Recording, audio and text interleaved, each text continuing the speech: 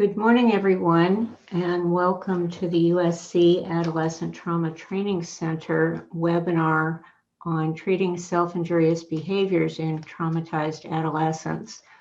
This is part one of a two-part webinar. The second part will be on Monday, January 25th at the same time.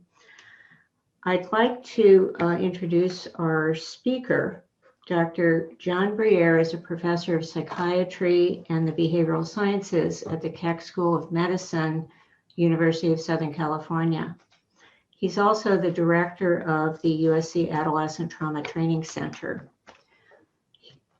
A past president of the International Society for Traumatic Stress Studies, he's a recipient of the Award for Outstanding Contributions to the Science of Trauma Psychology from the American Psychological Association and the William N. Friedrich Lecture, Outstanding Contribution to the Field of Child Psychology from the Mayo Clinic. Dr. Briere's newest book is Treating Risky and Compulsive Behaviors in Trauma Survivors. Please join me in welcoming Dr. Briere. Hello, everybody. Welcome to this brief set of seminars. We're going to just spend a little time this time talking about the underlying theory and data for the etiology of self-injurious behaviors, talk about something called the reactive avoidance model, and then once we have a good grounding in that, we'll come back in whatever period of time and talk about the implications of that for treatment, which are very specific in this case.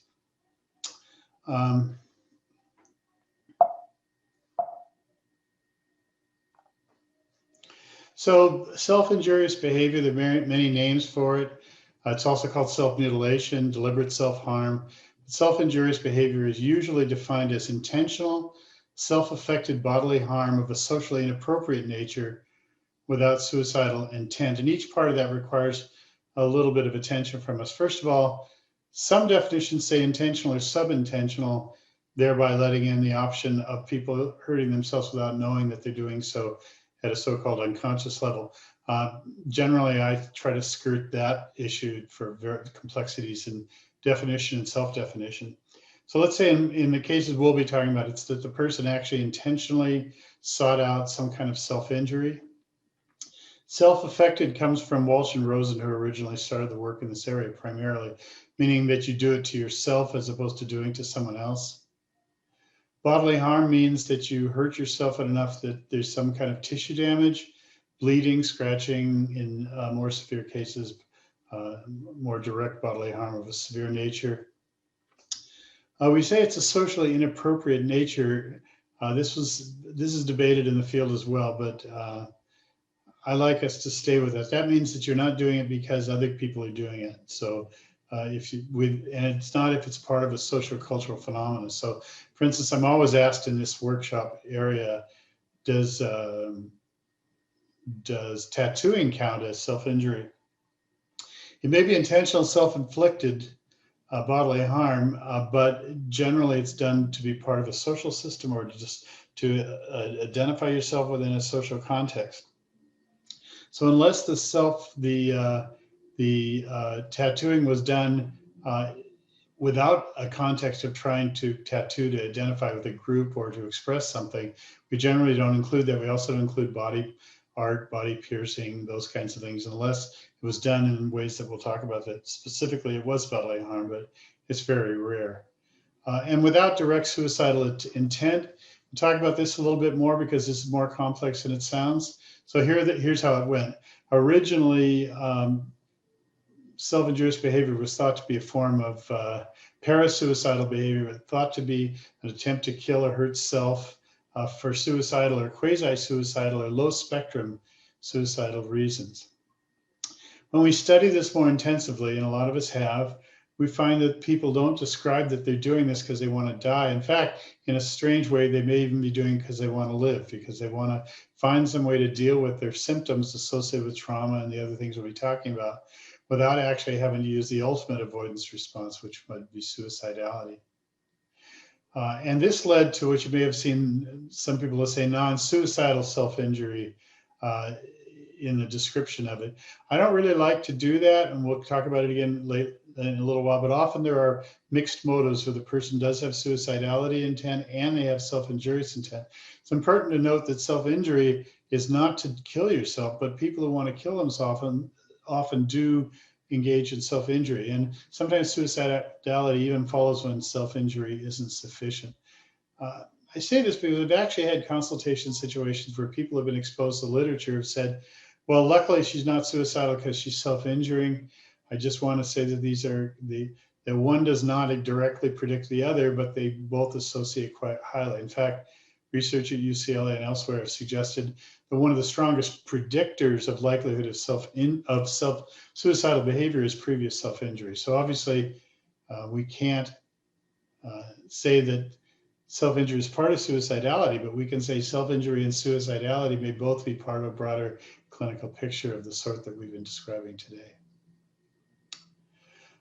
Notably, before we go any further, you may have, in your own work, you may have noticed that most people who cut and burn and do other things to themselves are doing it during adolescence or pre-adolescence. So if you look at the literature, it may say that it began at the onset of puberty or even sometimes before, although that's less common, that it peaks often in adolescence and emerging adulthood, and then tends to, if you look at it longitudinally, tends to drop out in terms of when people keep on doing this behavior. So although we do see it, and I've seen new onset suicidality in 70-year-olds, in general, the onset is adolescence, pre-adolescence, and the offset is usually mid-adulthood or early to mid-adulthood. So it's not something you'll always see in older people for various reasons we don't completely understand.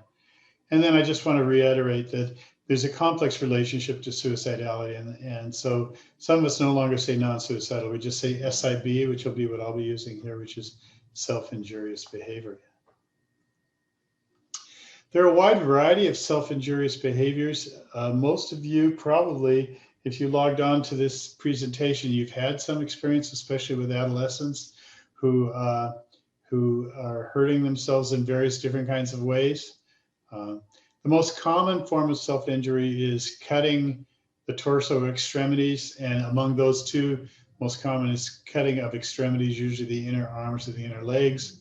But people will cut in other areas, they'll cut their torso, partially based on the reasons why they might be self-injuring. They might cut themselves in more visible ways and less visible ways. So the person who cuts their face or their arm or something and you can see it may be slightly different in motivation from someone who, and this is fairly common, who cuts themselves in areas that we can't see. The immediate practice point here is, and a lot of us have learned this the hard way, is just because your client doesn't show you anything doesn't mean they're not self-injuring. We actually recommend you find a way to work it into your intake or later on about, in saying it in a matter-of-fact, non-pathologizing way. Do they ever hurt themselves? And you know, it won't happen all the time, but it will not be at all uncommon if you're dealing with a very upset 17-year-old kid with emotional regulation problems and a history of trauma, that they actually have been cutting themselves. We just can't see it. That cutting, the most common form of cutting, method of cutting is with a razor blade. In the olden days, some of the people attending this thing, and certainly this includes me, we actually saw a different kind of self-injury we don't see very much anymore, which is burning of the inner arms or other areas with cigarette embers. That's because as cigarettes have become less common, less used in all the major demographic groups, typically banned in psychiatric environments, it's fading out. And instead, what we're seeing are cuts instead. But if you look at your older trauma survivors who are self-cutting or were self-cutting or were self-injuring, you will see this characteristic burn pattern on the arms or legs or wherever. If you actually look at the average, typically kid who moves through methods of self-cutting, often the original method will be broken glass, a razor blade, broken glass, a paper clip, sometimes just scratching themselves with their fingernails. And then as they become more efficient, if we will, they certainly tend to move to things that are more under their control and leave more specific kinds of cuts. And so what we find is for most people, you see moving on to razor blades or knives or other things that can leave a sharp mark that's relatively narrow. Again, as we'll see, for many self-injuring people, a lot of this is about control. So if they feel safe enough to talk to you, and they may not until you can depathologize this and share it with them in a functional analysis of why they're doing this that doesn't mean bad things about them, the more that they talk to you about it, you may hear more that control is really a big deal here. So they want to be able to control their injuries, which is perhaps why they moved to razor blades. The other thing is that razor blades don't produce as much pain in most cases. Self-burning is another common one. As I said, it's decreasing now. People that will burn themselves with acid, they will burn themselves with matches in non-cigarette approaches, but some people will brand themselves. So they'll heat up a knife, or even some people have actually made a brand and heated up the brand and then branded themselves with it. Stabbing and piercing, you might think goes along with cutting, but it just is sort of a different act.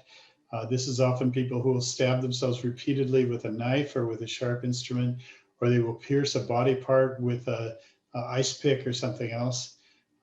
By the way, as we'll mention in the last one there, as we get into the more severe self-injurious behaviors where the person's repeatedly stabbing themselves in the abdomen or something without suicidal intent, piercing body parts, often we call that more extreme, and we find that often the underlying dynamics, as we describe extreme behavior soon, will come into play more typically.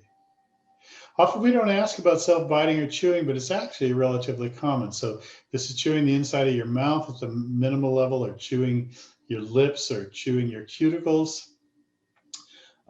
Some people will say that chewing on cuticles is too low level behavior to be a self-injurious behavior. I would just say, as a matter of fact, that's not true. It is self-injury. If that's all there is and it's well under control, it may not be as high on your scale of wanting to do something about it. But even chewing on cuticles normally counts chewing on the inside of the mouth. We'll often see, again, sometimes in more upset kids, self-biting, which is biting the arms typically. You'll also see this in some pervasive developmental difficulties and autism spectrum responses of kids. Biting, chewing on flesh, it goes more into the extreme behaviors, but it's common enough that we have to raise it as an issue, even though it's upsetting to think about. Picking at wounds and scabs in some categories is not considered self-injurious behavior. It's considered excoriation, and excoriation is thought to be a slightly different behavior. But the field is very diverse, a lot of people studying different things, and bringing it together, we've just put it in there where it normally does belong in that category. So excoriation of wounds would be people pulling at their own wounds, picking off scabs, digging into the scabs, sometimes causing new injury. Sometimes people will combine cutting or burning as their original injury and then pick at the wounds or the scabs later.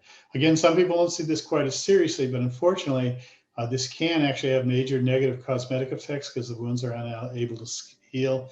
There are stories and histories of people who developed blood poisoning or septicemia or bacterial infections from picking at their wounds or their scabs. Certainly when we look at self-injury in the homeless environment where people are engaging in excoriation, they can actually infect themselves pretty severely that way. Headbanging is included in some definitions, not in others, but I would say we should. Headbanging may be seen more in people that have developmental or cognitive deficits, but clearly you can see it in other people as well. Punching the wall, punching things around oneself, or punching oneself is also a form of that. Interestingly, if you look at punching, headbanging, picking, what we find is an interesting effect here, which is that the old literature said that these self-injurious behaviors are more common in women. What we've generally found, especially in our multivariate analyses controlling for gender, is that actually probably some form of self-injury is equally present or prevalent in men and women, or boys and girls. It's just that some of them involve headbanging, punching walls, and other things that are not included in people's definitions, so that it's seen more as a female behavior. Let me be clear about this. Self-injurious behavior is roughly equally prevalent in both genders. More extreme behaviors, this requires a trigger warning. I'm sorry that we have to talk about that, but some people do really bad things to themselves. And this often is where consultation liaison gets called into units. I've been called into all kinds of places that were not psychiatric in context, that were medical units, because someone did something to themselves that's very, very serious. You can see auto amputation, auto castration. There's something we call auto surgery, which is people actually do surgery on themselves, sometimes with mirrors on the ceiling, etc. then again, let's just get it over with. But really upsetting things like people pushing their hands into garbage disposals and people doing very, very horrible things to themselves, eye enucleation, etc. This has always been discussed. There's even a central article out there on this. Should that be seen on the continuum of self-injurious behaviors? I say yes. But when we do see those more extreme behaviors, you should also be aware of the possibility of psychosis, of mania, of extreme self-hatred that sort of borders on delusional self-hatred, and also intoxication. So sometimes we'll see some people in the emergency room, those of you who work in the ER, they'll come in with a pretty severe and outrageous form of self-injury in terms of how it looks to us. They may already wish they didn't do it because they're no longer in that hyper-intoxicated state. There are other self-injuries as well, and well, no, actually, we're not taking questions in this one because the group is too large, but there are other behaviors as well. You might want to look at the manual that you can download that's free on those other behaviors as well.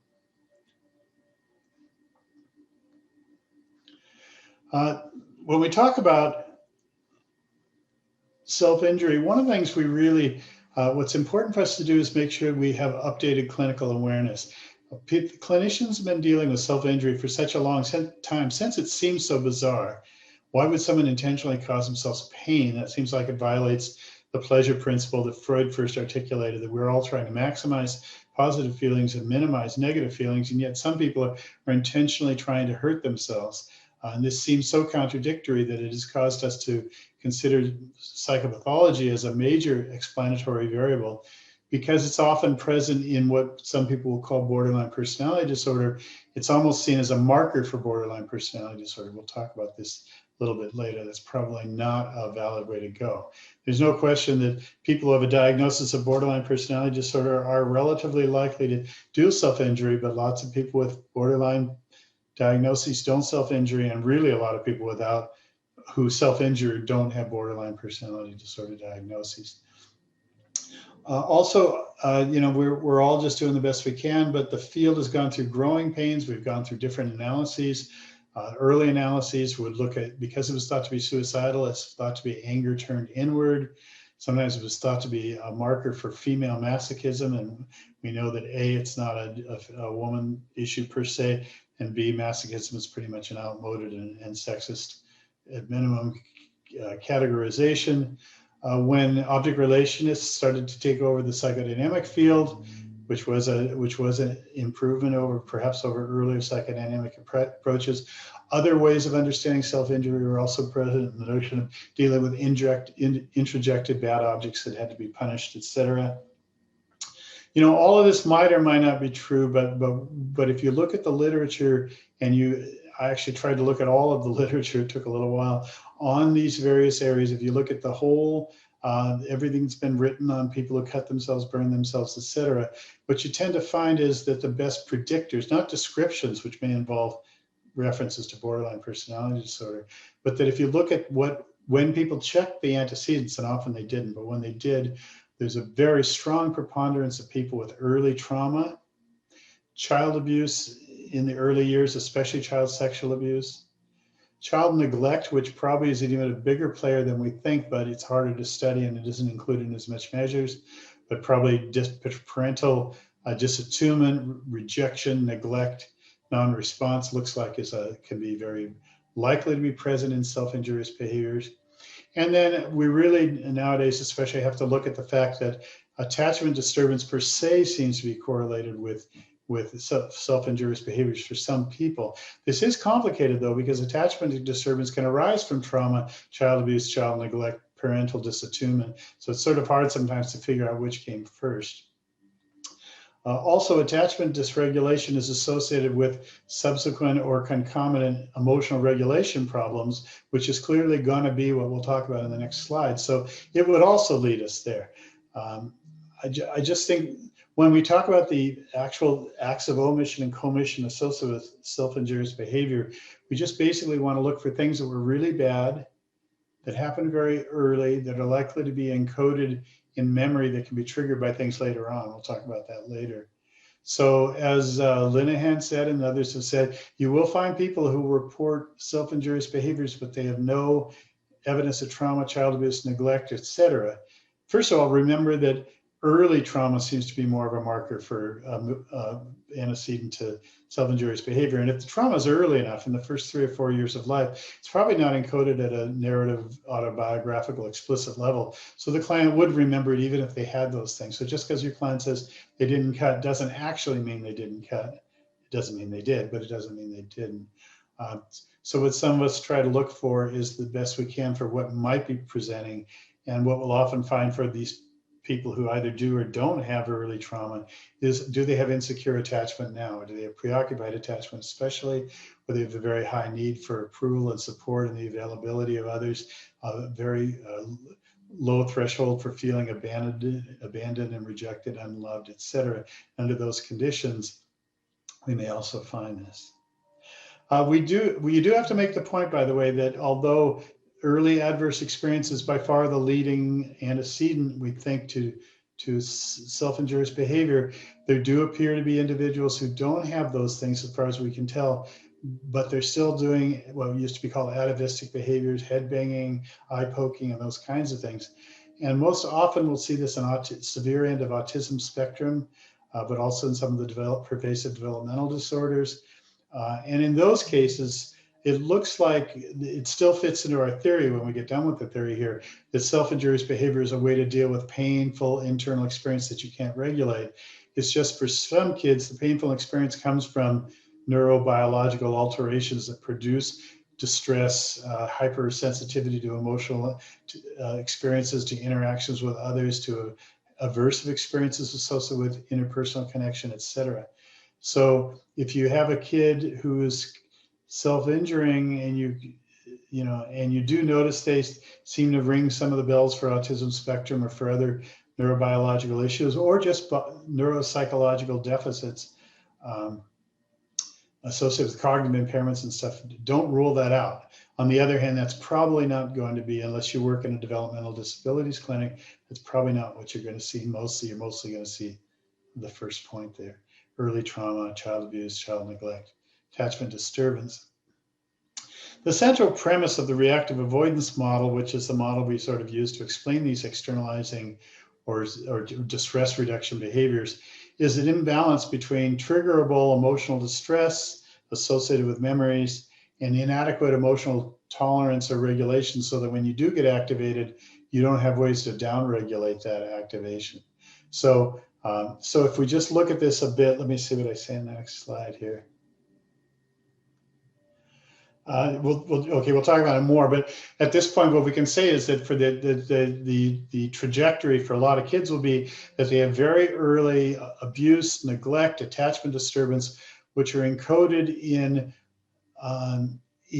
nonverbal, implicit emotional memories, sensory memories, experiential memories, and that when these things are activated, when these memories are activated by something in the current environment, what they do is they release or trigger or activate the distress associated with the original experience. So what we pretty much know now is one of the ways that early child abuse neglect affects kids in pervasive ways is they have a rich depot of activatable memories that when they encounter things in the current environment that are reminiscent, they will flash back, whether technically or emotionally, to those painful experiences and feel the original distress.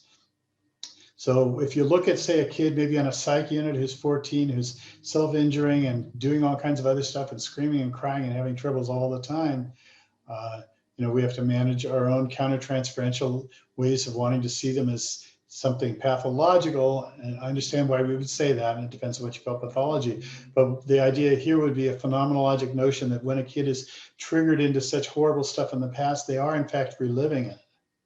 Now, if you're lucky enough that when you get activated in emotional distress, you have strong emotional tolerance and regulation capacities, then you may be able to regulate that and keep it from overwhelming you. And when that happens, you may not need to use a distress reduction behavior like self-injurious behavior.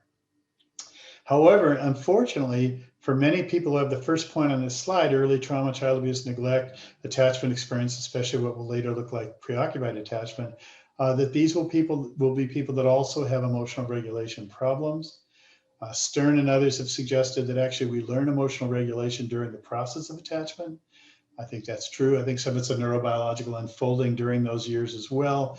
But clearly, if you have early trauma, you may actually be more invested in avoiding awareness of feelings rather than being good at dealing with feelings. So if when you were hurt when you were little and you were able to somehow blank that out in whatever way you did that, whether it was early masturbation, hitting your head in the crib, stealing dad's booze, whatever it might be, if you're a little older, if you have that kind of distress and don't have ways to regulate it, you're going to now be in a basically what we call a psychological emergency. And this is part of how I want us to start depathologizing this and seeing that everybody does this. Everybody who's listening to this workshop has had some kind of yucky stuff early on. None of us have perfect emotional regulation capacities and tolerance. And that means all of us probably on occasion do things, right? If you yell at your partner inappropriately, if you hit your fist on the wall, if you chew your knuckles when you're nervous, if you sometimes do something to yourself, chew the inside of your mouth, chew cuticles, you are engaging in low-level SIB. So the important thing here, I think, before we move on to the next more technical slide, is the notion that what SIB is, if you find yourself in agreement with this, and if you could look at the literature carefully, is a self-injurious behavior is a coping response. It's a form of what's called avoidant coping, but it's a form of what we call avoidant behavioral coping. It's not using denial. You may use that as well, but that literally in its attempt to survive the activation of early distress in the absence of relative ability to regulate that stress. This is a double whammy for some of the more severely hurt kids we see. They've got more pain than the average person, which can be more easily triggered by things in the interpersonal environment typically, and they have fewer ways of regulating those emotional states. And so they then are, when they get triggered, they're going to have to do something about the trigger. They're going to have to do something that's so powerful that it redirects their attention or in some way directly mitigates the internal experience of distress that they're always feeling. So this is just basically how that would look. You're walking around, you are in some sense, and I think we all are in a way, accidents waiting to happen. Right now, you look fine, you've got a nice outfit on, although since in the day of Zoom, maybe only the top of you is well dressed, but you're wearing a nice outfit and you've got a degree and everything's fine. But even you, if the wrong thing were to happen to you right now, if you were reminded of some really horrendous thing that happened in your past, you might get overwhelmed by negative states. So it's important to think all of us are capable of relatively rapid decompensation. Any of us who work in emergency rooms or crisis centers, we see people who are transiently massively dysregulated. Often it's because of either something that just happened to them or because they were reminded of really painful things in the past. Those of us who work in torture, for example, find that it's very easy for some torture survivors when they start talking about things that activate memories of really horrendous events, as they become overwhelmed, and they may not self-injure in the session, but you can see that they're actually struggling against the fact that their emotional distress is really powerful. By the way, just in a point, in case you're curious, we don't see as much self-injury in torture as we would expect to see given how horrible it is. We don't know why that is, but it's partially probably because most people are tortured in adolescence or adulthood when they've already developed internal emotional regulation strategies, a sense of self, etc. It's the early trauma that especially tends to beget this stuff involving having to deal with inchoate, overwhelming, unregulatable distress, and then what do you actually do with it?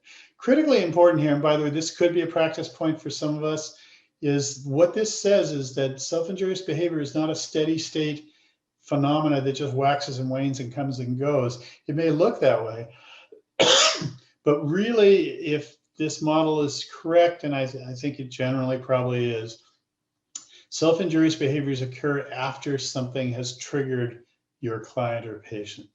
So you don't just go, I feel like I want to hurt myself. It may seem that way, but I feel like I want to hurt myself probably comes from something just happened. You felt rejected, someone was disattuned to you or disengaged from you, they put you down, you thought they abandoned you, or maybe they did, you got unfair treatment relative to others, you were triggered into something that reminded you of a horrible sexual abuse experience in the past, someone criticizes you or someone shames you.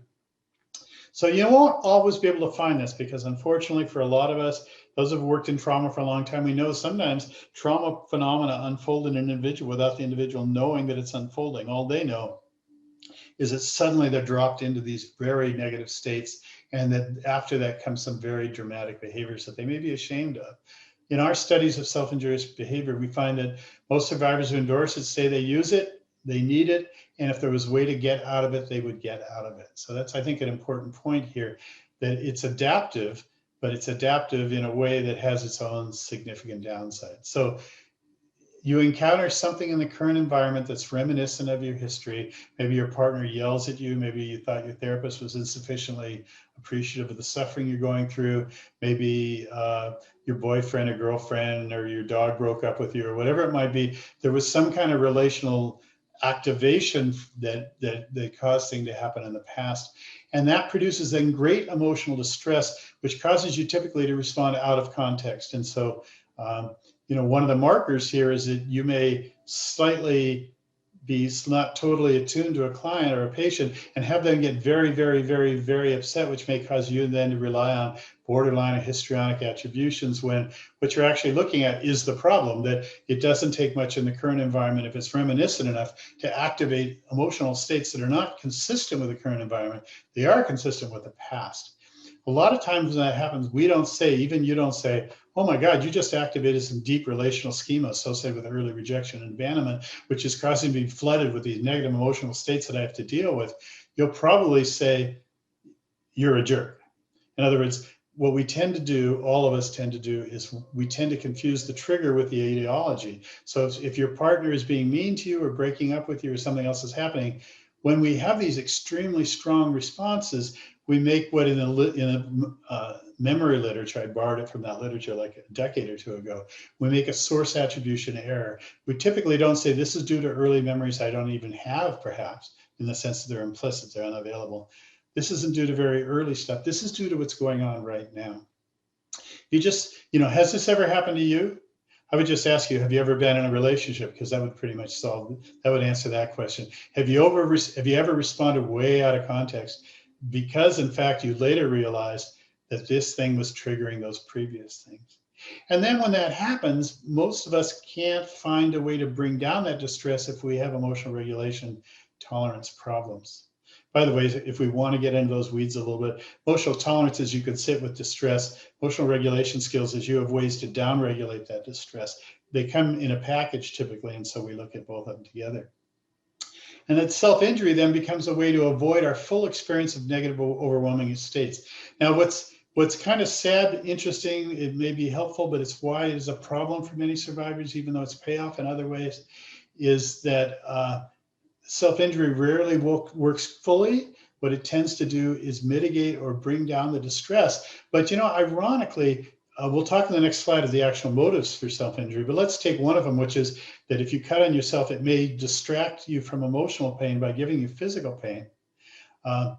You know, the good news is that may work, but the bad news is most of our research so far leads us to believe that even substance abuse, but a lot of the emotional avoidance strategies don't stop the internal experience. They stop awareness of the internal experience. That's a big difference, okay? So if your client is looking like a zombie, they're dissociated, they cut on themselves, but they're very laissez-faire about the whole thing, they're shut down, you might not see any emotional distress.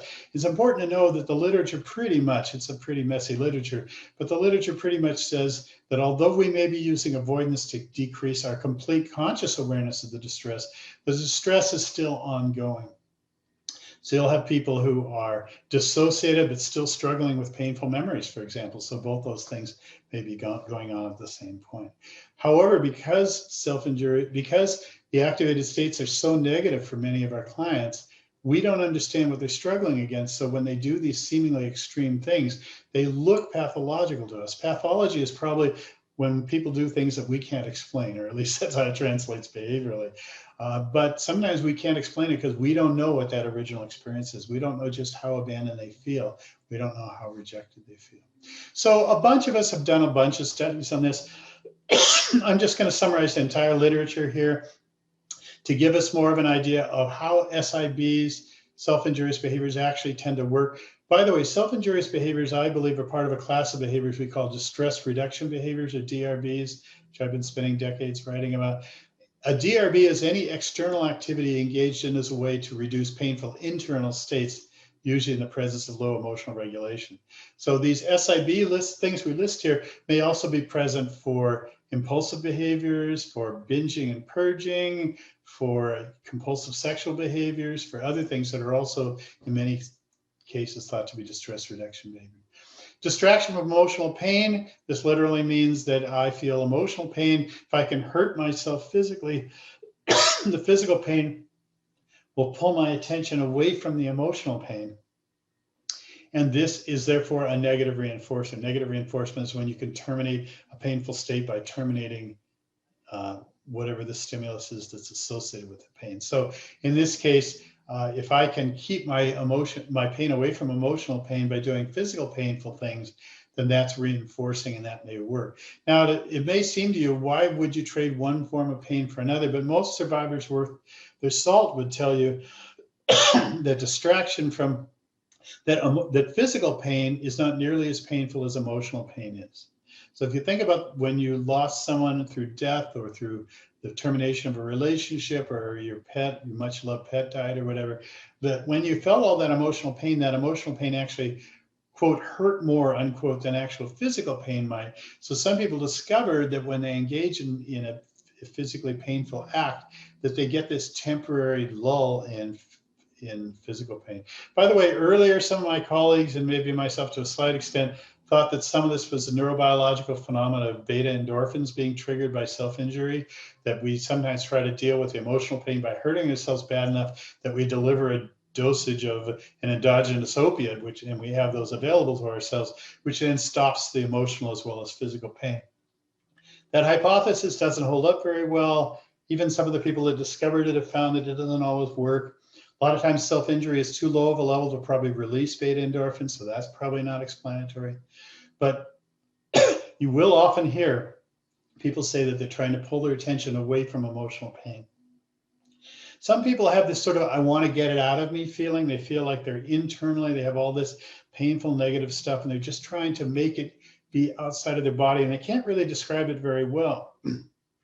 But if you're bleeding copiously, or if you've done something to yourself, it may feel like you've taken the internal pain and you've pushed it in the external world where it has less impact on you. Communication of distress is very common, but it's not always present.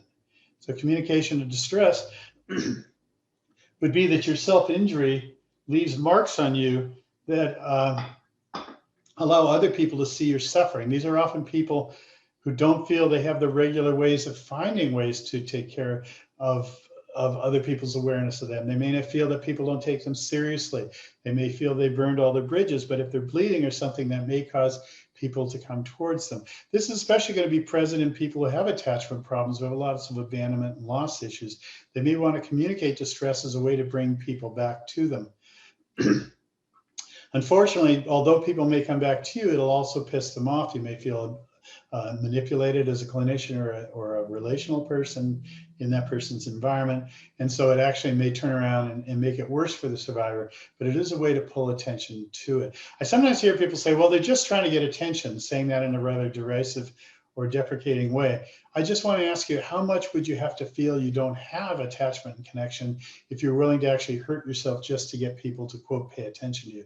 So I guess if you want to say she wants attention, that's okay as long as you're not blaming her. But if you say she's just trying to get attention, now you've moved it into something else. We humans have very high need for attachment and connection. So in fact, it's one of the worst things we can feel when we're triggered into these negative states.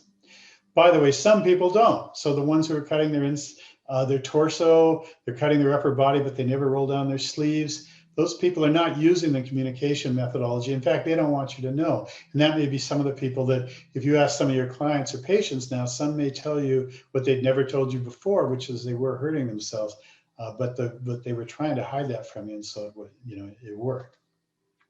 Proximity seeking comes especially from an attachment perspective. Proximity seeking is just that if I suffer, if I can show that I suffer, you will come to you. You'll return to our attachment. You will support me. You will validate. You will connect me. So proximity seeking and communication of distress are partially the same, but communication of distress can be for a lot of different reasons.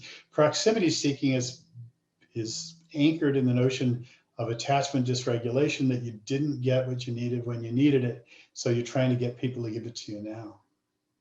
Proximity seeking for compulsive sexual behavior, for example, might be that you seek out sex partners to hold you and take care of you. That would be the motive for that. For self-injury, though, the motive is typically that people approach you because, in fact, there's something going on.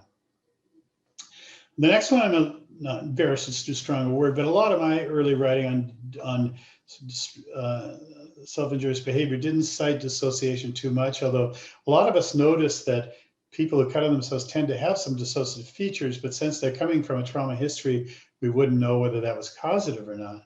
However, some of my colleagues, Vanderkolk and others, have written about how dissociation seemed to be involved intrinsically in the motive for self-injury. But, you know,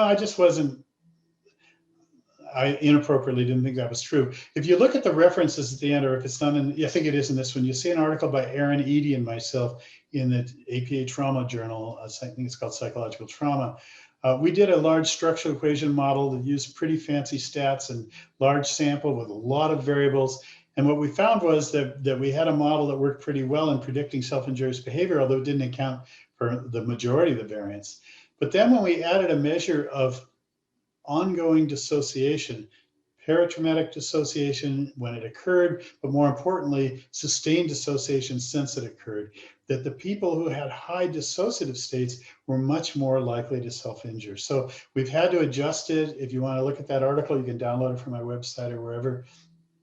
The basic notion here was when we dropped that variable into the structural equation model, all the other arrows started moving around, the values changed, we predicted more variance. Clearly that was an important thing. So what we have to do now for the functions, we have to say, what would be the function of SIB that would, why would you address dissociation? Because if you think about it, dissociation is decreased awareness of internal painful states, defensive avoidance. So if you're dissociating, that means you're trying to deal with activated emotional distress. So why would you use an avoidance strategy to treat an avoidance strategy? That would be sort of the name of that tune. How would you actually explain that? But if you go into the dissociative literature, and a lot of us have worked with dissociative people. Some people come in the emergency room with an acute depersonalized state. They're extremely distressed. They may not know where it came from, but they may feel that they're outside of their body. They don't know who they are. They feel removed from themselves. Their autobiography seems to be somehow distorted. They can't feel if they're really who they are. And so most of the major dissociation writers have said that this can produce highly negative states, especially depersonalization and derealization. So I then went back and looked at some of the work we'd done with this and talked to various people and stuff, talked to clinicians. And it looks like probably what's going on here is that if early trauma produces so much dissociation in you, the dissociation can be distressing. And so you now have to treat the solution to your problem. You have to have a solution for the solution. There was a Montreal famous psychologist who talked about the optimal arousal curve. And basically what he said was we won't want to be underactivated or overactivated. If we're underactivated, that's sensory deprivation, that's boredom, can be highly aversive. If we're overactivated, that's when we become hyperaroused and become overwhelmed in various ways. He said, this was Donald Hebb, he said, we want to be in the middle, right where we have activation, but not so much activation, it's overwhelming.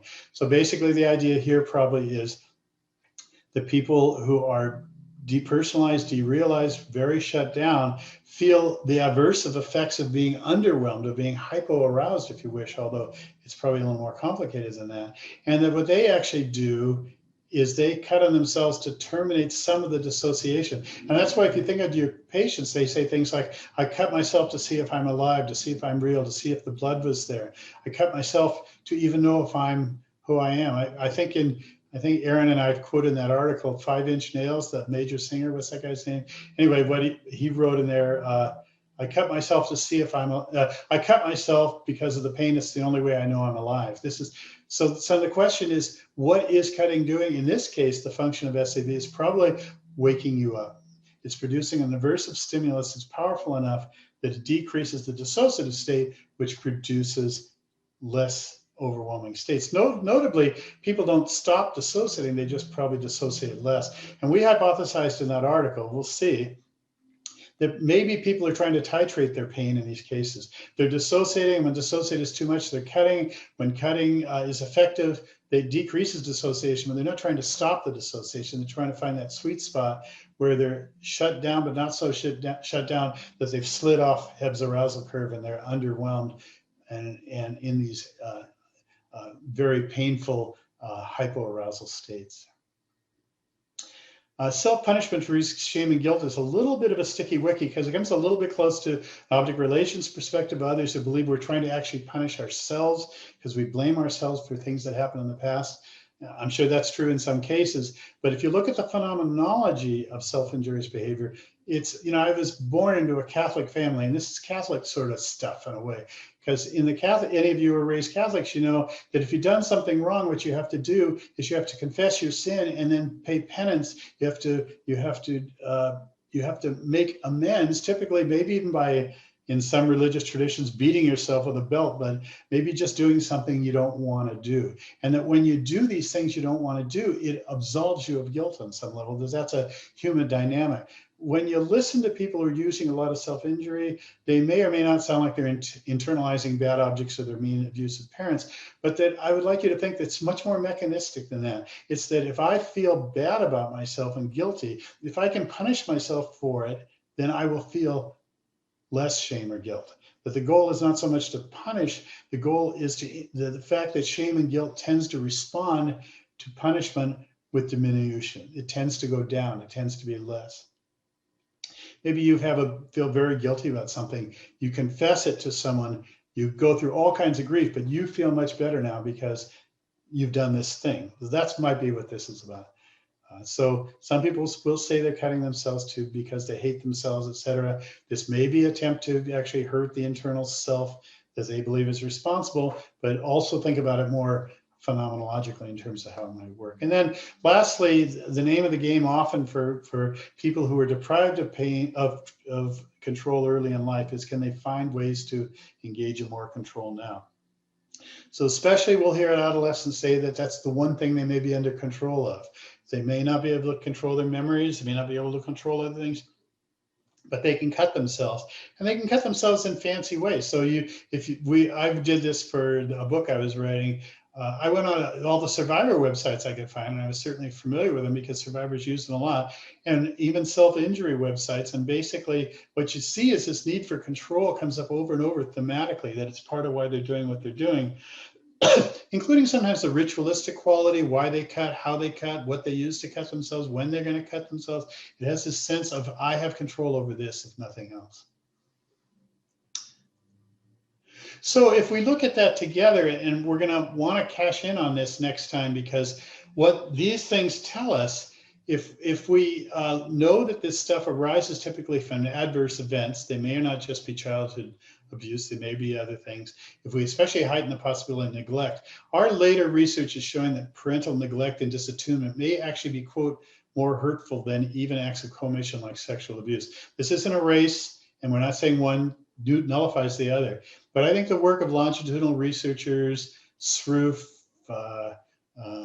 those researchers from the Minnesota Child Development Study, Egelin, they basically found when they followed hurt kids from birth on, and they did follow from birth on, till they were young adults, that the ones who looked the worst were typically the ones who had what they called psychologically unavailable caretaking, which is early neglect, early disattunement, which we may not be able to report to our therapist or report in a study because we don't constellate it that way, or it was so early. So we're probably going to, whatever we do next week or whenever the next one is, we're probably going to have to deal with trauma. It's not going to be as easy as it looks, though, because people who have trauma histories, who have dissociation and emotional regulation problems, may have a hard time emotionally processing trauma without getting pushed further into self-injurious kinds of spaces. So we're going to have to tiptoe through that specific collection of tulips.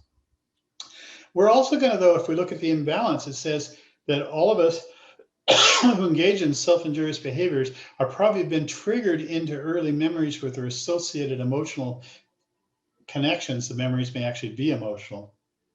And that when they're activated, they have inadequate emotional tolerance in the person to counter that stuff. So this would tell us not only do we want to process trauma, We probably want to see if we can get people better at recognizing when they've been triggered, figure out what they could do about their triggering before it leads to something else. And maybe we might use whether it's dialectical behavior therapy or Clatro-Steer model or our self-trauma model or integrative treatment for complex trauma, the various models out there that teach emotional regulation, we may want to really focus. That's giving some stuff away, but we will definitely want to focus on that when it comes to working with these people.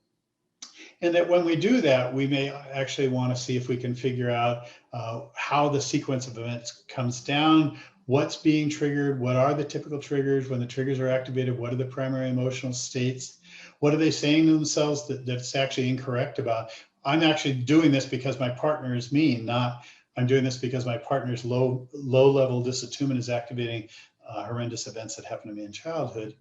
And it may be that we can work with a client, and I know this will sound weird at this point, but can you do a better job at self-injurious behavior? Or more typically, can you do a better job at distress reduction behaviors?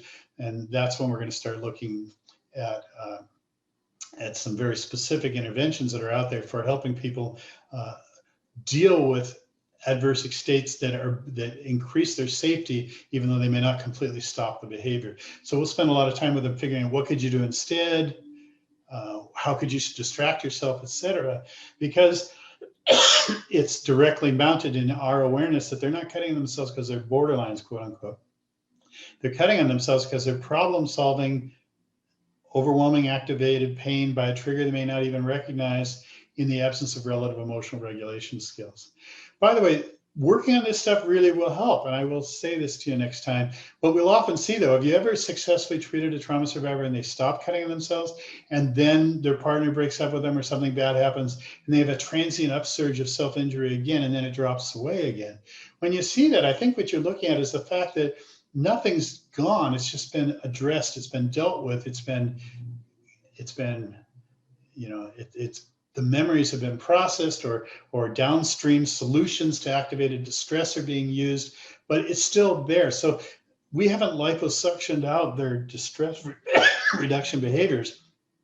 We've just made those behaviors less necessary because we've helped the client with the antecedent problems. But when they're transiently overwhelmed by a new bad experience, they will often flip back into a short period of self-injurious behavior. Hopefully it's short. If not, seek out a consultant. But if it does, then we're just sort of treating that as proof that the client still has those things going on. They're just transiently overwhelmed to the point they have to they have to rely on earlier stuff. So just to end this one, we have 6 minutes. We can't take questions. There were actually 700 signups for this. I think a lot less than that came, but we obviously couldn't easily do questions. Some of you may be thinking about this. So let's talk about the comorbidities. First of all, a lot of people in self-injury have suicidal thoughts and may engage in suicidal behaviors. Both require separate evaluations. What is their self-injurious behavior? When does it happen, et cetera? And what is their suicidality? How lethal is their situation? Can they discriminate between the two of them? If you get a client or a patient in the emergency room, they may call self-injurious behavior suicidality, or sometimes suicidality, self-injurious behavior, because they're not clear, because both motives may be going on at the same time. So ironically, sometimes your job as a diagnostician is to try to figure out what you're looking at here, because if it's suicidality, you're probably going to go down a different pathway, at least to a large extent, than if it turns out it's mostly self-injurious distress reduction behaviors. Borderline personality disorder traits are going to be in there for many people who cut on themselves, but not all. I've definitely, probably you have too, seen people who cut on themselves who don't have any of the identity problems or any of the idealization, devaluation, or other things that we sometimes see in borderline presentations.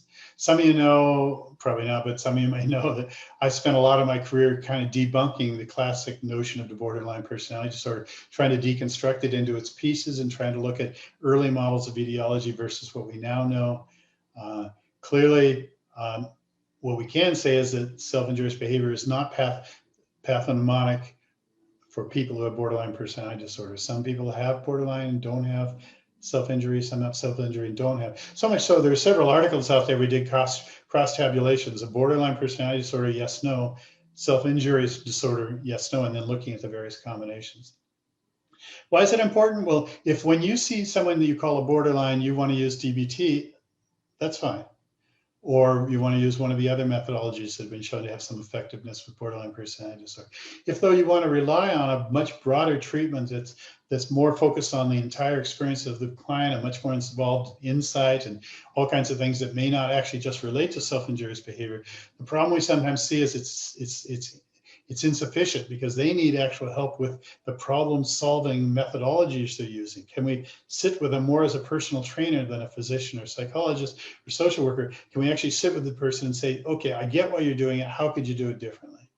Or what could we do here? Or how can we work on this stuff? And we'll talk about all kinds of, I think, interesting ways we can do that with a client that don't pathologize.